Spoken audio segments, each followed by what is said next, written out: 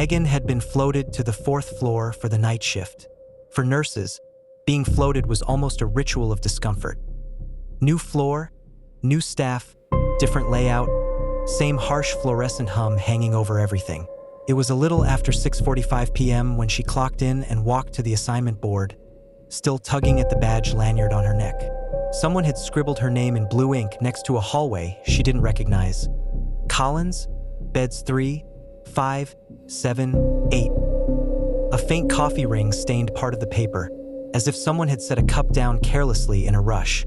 Right next to her assigned hallway, in cramped handwriting, there was a single note, "Good luck." She exhaled through her nose, half amused, half irritated. Every unit had its drama and superstition. She took a picture of the sheet on her phone, then headed over to grab report from the outgoing nurse. The handoff was routine at first. The day shift nurse spoke quickly, the way people did when they were already mentally halfway home. 3 stable, CHF, keep an eye on his fluids.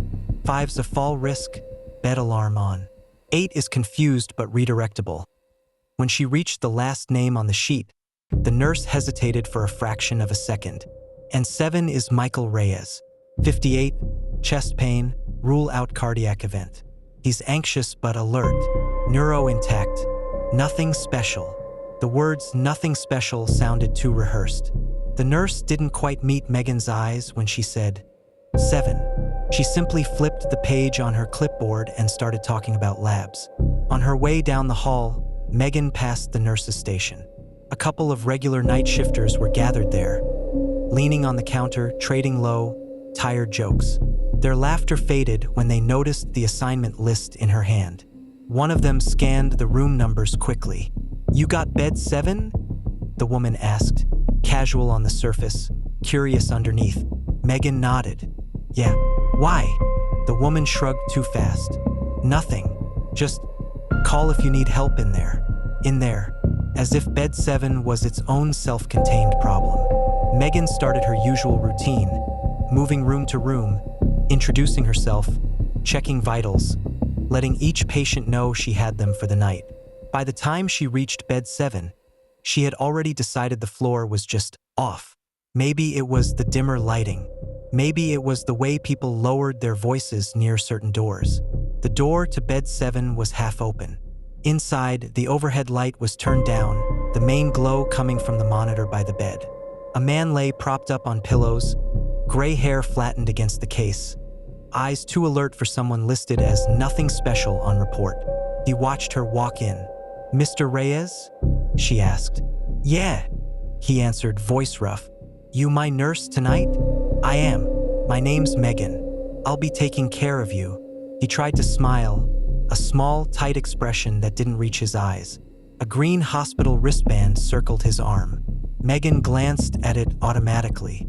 Michael Reyes, date of birth, medical record number. Everything looked correct. She ran through the standard questions: pain level, breathing, nausea. He described his chest as tight but not worse than earlier. The doctor had been in. Cardiology consult pending. Telemetry on. Nothing about him screamed critical. "I just don't want to die here," he said suddenly, eyes fixed on the ceiling. "We're monitoring you closely," she replied, the practiced reassurance smooth in her voice. "You're on the heart monitor. We're watching you all night." She reached for her scanner to give his scheduled evening meds. It was muscle memory. Scan the medication, scan the wristband, confirm the match, administer. The scanner beeped once when she passed it over the barcode on his band. Then the screen flashed red. Patient mismatch. Name, SARAH KELLER. Megan frowned, squinting at the display. She canceled the scan and tried again. Same error. Same red banner. Same wrong name. SARAH KELLER. Michael watched her carefully. "Something wrong?" he asked. She forced her face neutral. "Just the scanner glitching," she said. "These things act up all the time." She stepped out into the hallway and logged onto the nearest computer. Bed 7's chart opened with a few clicks. Bed 7, Reyes, Michael. Chest pain. Rule out cardiac event. Telemetry active. No mention of any SARAH KELLER attached to his record. She glanced back through the partially open door. The wristband on his arm, even from a distance, clearly read Michael Reyes. The scanner was the only thing insisting he was someone else. She reprinted the band to clear the error. The system walked her through the verification screens, each one confirming his name, date of birth, and medical record number. The printer hummed, then produced a fresh band with Michael Reyes in crisp black font.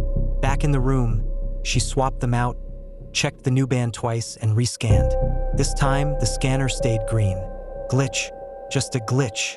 On her way back to the station, Megan heard two voices behind her, low and almost playful. "Who's got 7 tonight?" "The float nurse," the other replied. "The new one." They didn't realize she was close enough to hear. She pretended she wasn't. The first hour passed without anything that couldn't be blamed on stress and caffeine.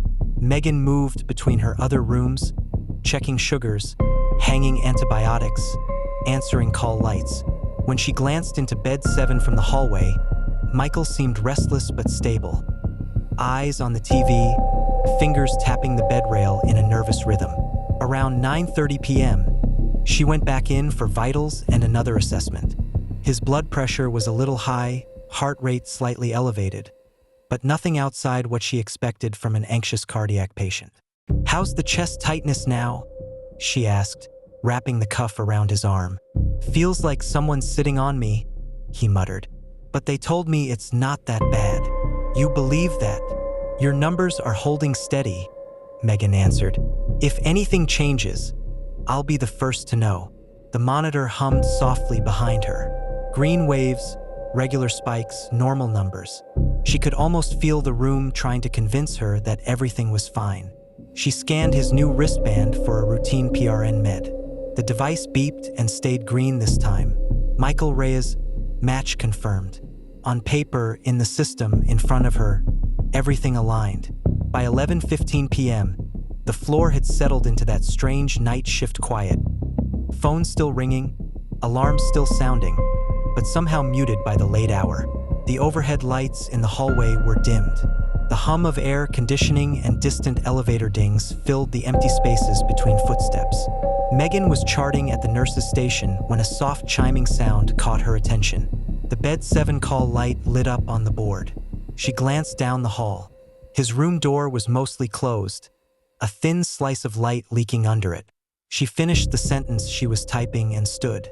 Inside, the room was dark except for the monitor glow. Michael's eyes were closed. His breathing was slow, even. "Mr. Reyes?" she asked quietly. "Did you need something?" No response. His hand was relaxed on the sheet, nowhere near the call button. She checked the pendant anyway. It lay untouched beside him. The call light on the wall was still glowing, but when she stepped out and looked back at the board, bed 7 was dark again. No active call. Maybe he rolled on it. Maybe the system lagged. Maybe. On her way out, she glanced at the monitor more closely. For a fraction of a second, she saw something that made her stop. Where his name should be displayed, Reyes. Michael, the label flickered. In one blink, it still said Reyes. In the next, it read Keller, SARAH. Then it snapped back, clean and normal, as if nothing had happened. Megan stepped closer. The waveform stayed steady. Vitals normal. No alarms. She stared at the screen for another few seconds, waiting for the label to glitch again. Didn't. By the time she stepped out, her skin was prickled with a fine, cold sweat she chose not to acknowledge. At the station, one of the older nurses, a woman with deep lines around her eyes and a badge that looked like it had survived 3 different branding changes, was restocking a cart. "Hey, Carla," Megan asked casually. "You ever had the monitor labels flicker names on you? Like show the wrong patient for a second?" Carla froze for half a heartbeat before continuing to stack 4 flushes. "Telemetry's been weird all over the building," she said. "Happens sometimes on nights. They're forever upgrading something and breaking something else." It showed another patient's name, Megan pressed. "SARAH Keller. That ring a bell." Carla's hands slowed. Her eyes didn't leave the cart. "We had a Keller up here," she said finally. "Sepsis. Didn't make it." "Why?" My scanner pulled up her name earlier when I scanned bed 7, Megan replied carefully, and the monitor just flashed it like he was assigned as her. Carla shut the cart drawer a little too firmly. The system holds onto old data, she said, voice clipped, especially for rooms that turn over a lot. Don't let it get in your head. Just chart what you see and what you do. That's it. Her tone made it clear the conversation was over. Megan turned back to the computer and, on impulse, pulled up the search bar. She typed Keller, SARAH, and filtered for deceased. A chart popped up. SARAH Keller, bed 7, time of death, 3:33 a.m. Bed 7 again. She checked the date just under 2 weeks ago. Same unit, same room, same monitor number. Her fingers hovered over the keyboard for a moment before she shook herself and closed the chart. It was correlation, not causation. Old beds see a lot. Old rooms hold a lot. By 1 a.m., the unit had grown heavier, like the air itself was thicker. She walked another round. Her patients in 3, 5, and 8 were either sleeping or complaining in the normal living way. When she entered bed 7, Michael was wide awake. "Nurse," he whispered as she adjusted his blanket. "Do you ever feel like someone's staring at you, even when no one's in the room?" She followed his gaze to the foot of the bed. Empty. Just the usual metal rail, chair, and 4-pole. "Sometimes hospitals feel like that," she said. "A lot of people have passed through these rooms. They keep calling me," he murmured. "Who does?" "People I don't know," he said. "They're at the end of the bed, and they call me by names that aren't mine." A subtle chill crawled up Megan's spine. The monitor beeped softly behind her, a routine adjustment alarm. She reached for her scanner one more time, more to reassure herself than for the medication she needed to give. She scanned the barcode vial. Beep, green. She scanned his wristband. The screen flashed. Matched patient, David Nguyen.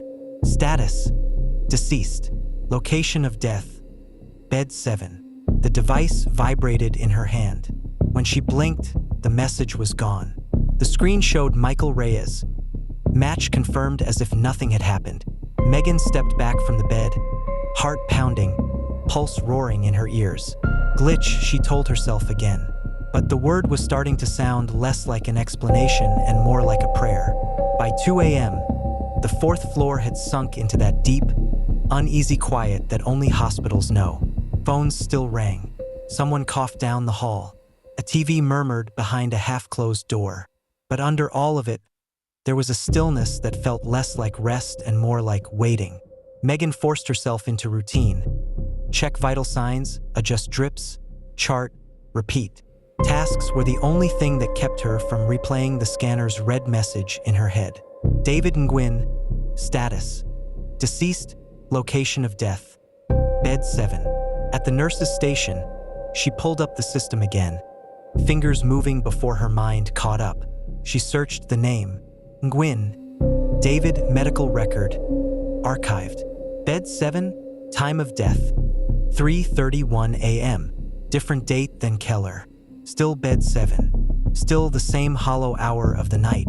She scrolled through the note. Rapid decline, septic shock, family at bedside. The wording was clinical, detached, normal, as if nothing about it was unusual at all. Behind her, a printer started up. Carla walked by, glanced at Megan's screen, and paused. "You don't want to go down that rabbit hole," Carla said quietly. "It's not a rabbit hole," Megan replied. "My scanner is pulling dead patients when I scan a living man." "IT will tell you it's a cache issue," Carla answered. "Bad data, legacy system, sync problem, whatever phrase they're using this month." "And you?" Megan asked. "What do you call it?" Carla's eyes drifted down the hall, toward bed 7's closed door. "I call it night shift," she said. "And I call it none of my business as long as my charting is clean." She walked away without another word. By 2:25 a.m., Megan noticed another detail. The bed 7 call light was blinking again on the board. When she went in, Michael was awake this time, staring at the far wall. "You rang?" she asked. He shook his head. "No," he said, "but they're back." Megan followed his eyes. The wall was blank. The shadows were boring and flat. "Who's back?" "There at the end of the bed," he whispered. "They keep asking me if I'm ready to go. They keep calling me by names that aren't mine." A tremor crept into his voice. "What names?" she asked. "David," he said first. "Then Sarah. Then another one. I can't remember it now. They keep telling me it doesn't matter, that we're all the same in that bed." The monitor above him beeped once as it adjusted to a new heart rate. She looked up at it automatically. The label flickered again. For a single heartbeat, instead of Reyes, Michael, it read, Nguyen, David, archived. The vitals didn't change. His heart still thumped steadily across the screen. But the name kept stuttering, like the system couldn't decide who it was watching. The overhead clock on the wall showed 2:32 a.m. Megan stepped out and went straight to another computer. This time, she didn't search a name. She searched the room. She filtered by location. Bed 7, deceased, night shift. The list that appeared wasn't long, but it wasn't short either. A handful of names, different ages, different diagnoses, all with something in common: time of death.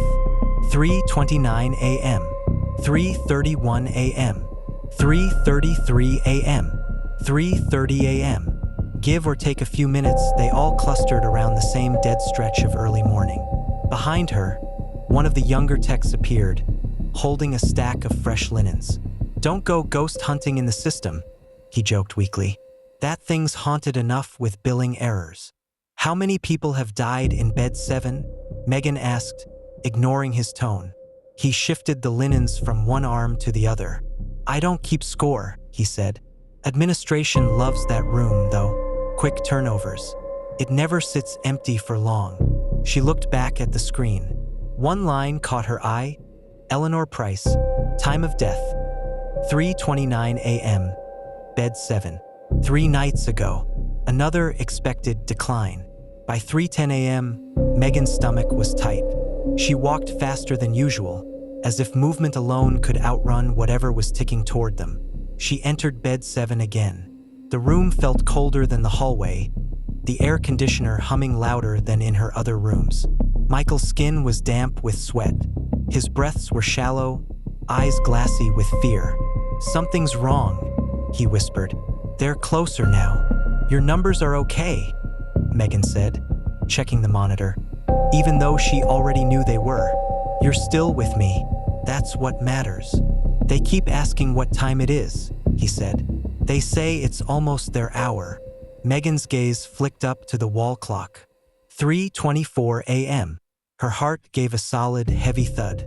She checked his linen, adjusted his pillow, anything to keep her hands busy. As she moved around the bed, her badge brushed against the monitor's corner. The screen glitched for a moment, the way electronics do when static hits them just wrong.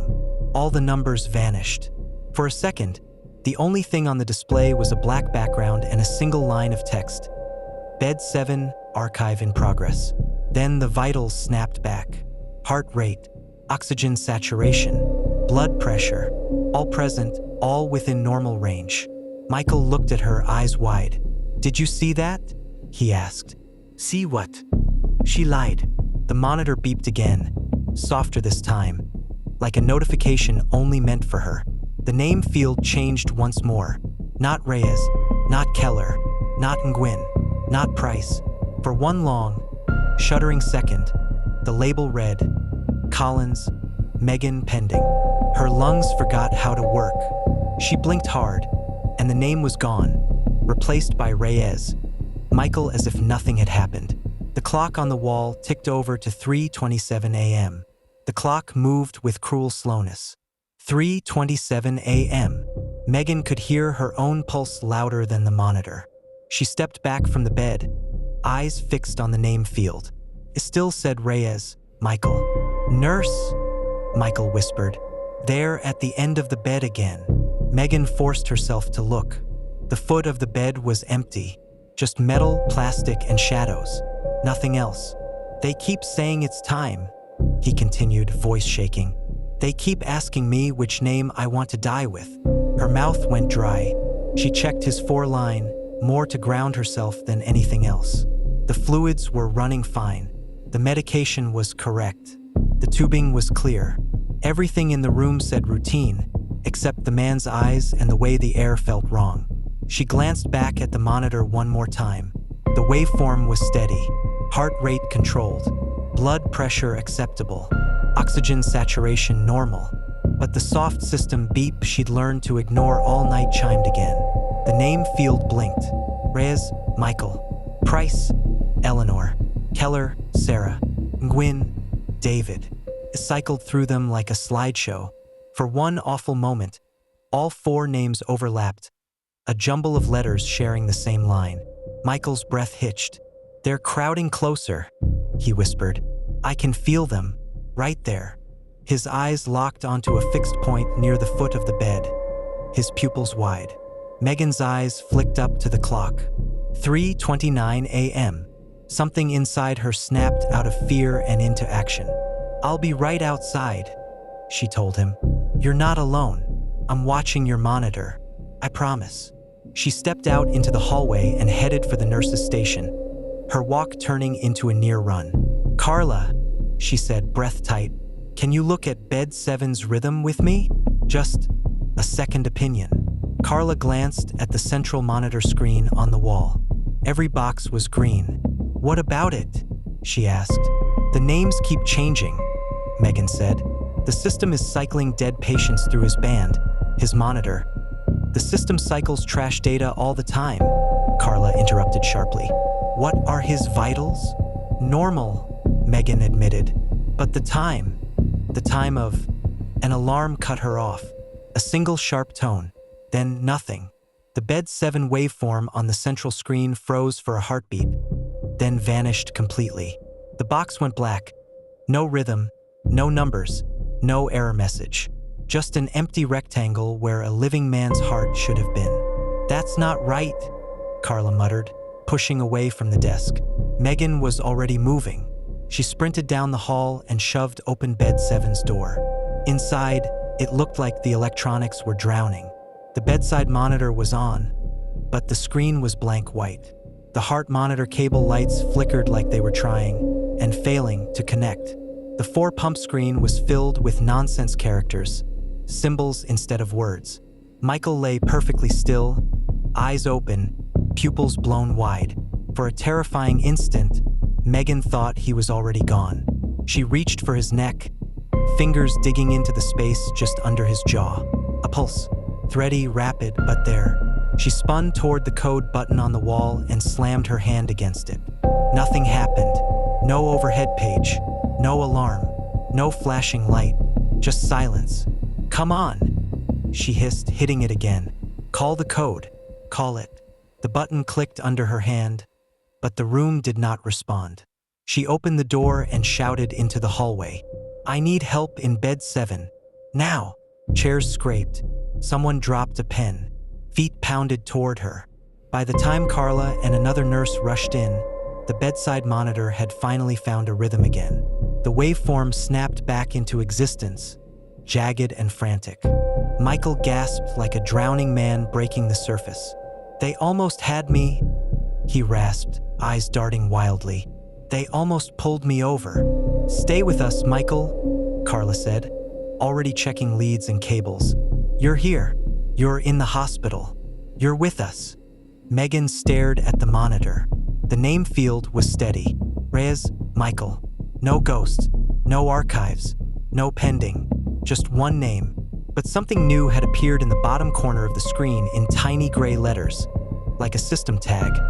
Bed 7, archive flag, active. Later, in the lull of early morning paperwork, Megan wrote an incident report. She documented what she was allowed to document. Monitor failure, bedside alarm misfires, code button unresponsive, temporary loss of telemetry on bed 7. She did not document the names. She did not document the pending label with her own name on it. She wrote what the system would accept and nothing more.